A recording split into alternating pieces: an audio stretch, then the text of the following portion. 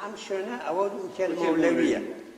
دوای نزیکەی 3 چارەکە سەدا لە وێنەگرتن بەرە بەیانی ڕۆژی هەشتیە مانگە و لە تەمەنی 88 ساڵیدا ماڵ ئاوایی کرد.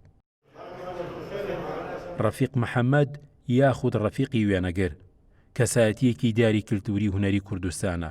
خۆی و باوکی لە چاوی کامێرە بچووکەکانیانەوە مێژوویەکی مەزنیان تۆمار کردووە، وێنەی کەسایەتی نیشتیمانی و سیاسی و کۆمەڵایەتی و زانستی و فەرهەنگی، دیمەنی شار و گەڕەک و گوند، سروشت و بۆنەی نیشتیمانی و نەتەوەیی، شوێنی گشتی، ئاهەنگ، شەڕ، کارەساتی سروشتی، کەوتونەتە ناو بۆسەی چاوی ئەو کامێرانەوە و گیراون. ئیدی ئەو وێنانە بۆ ئەمڕۆ بوونەتە تۆمارێکی ڕاست و زیندویی شاری سلێمانی و شار و ناوچەکانی دیکەی کوردستان. ئێستا ئەو ئەرشیفێکی دەوڵەمەندی بۆ بەجێهێشتون و ماڵەکەیشی گەلەرێکە پڕە لەو وێنانەی کە دووبارە بوونەوەیان ئەستەمە، بە جۆرێک لە دوای خۆی زیاتر لە 2 ملیۆن وێنەی لە سەرانسەری کوردستان و 34,000 جامی وێنەی نەشۆراوەی بەجێهێشتووە.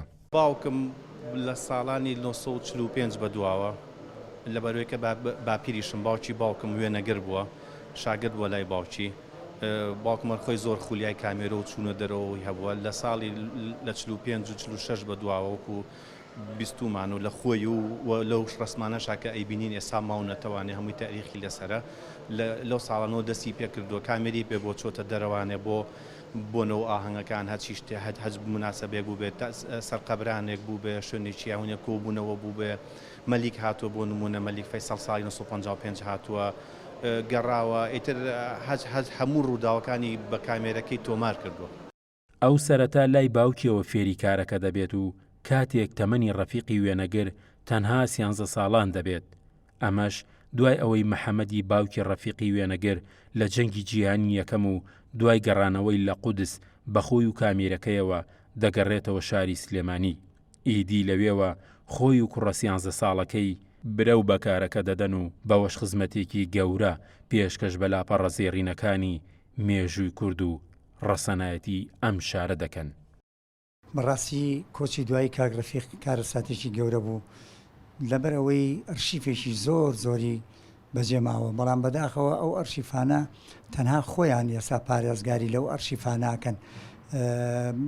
ئەمە ئەگەر بێت و حکومەتی هەرێم لایەنی بەرپرس بتوانێت ئەو ئەرشیفانە بپارێزێت، سوودێکی زۆری هەیە بۆ سلێمانی و بۆ کوردستانیش.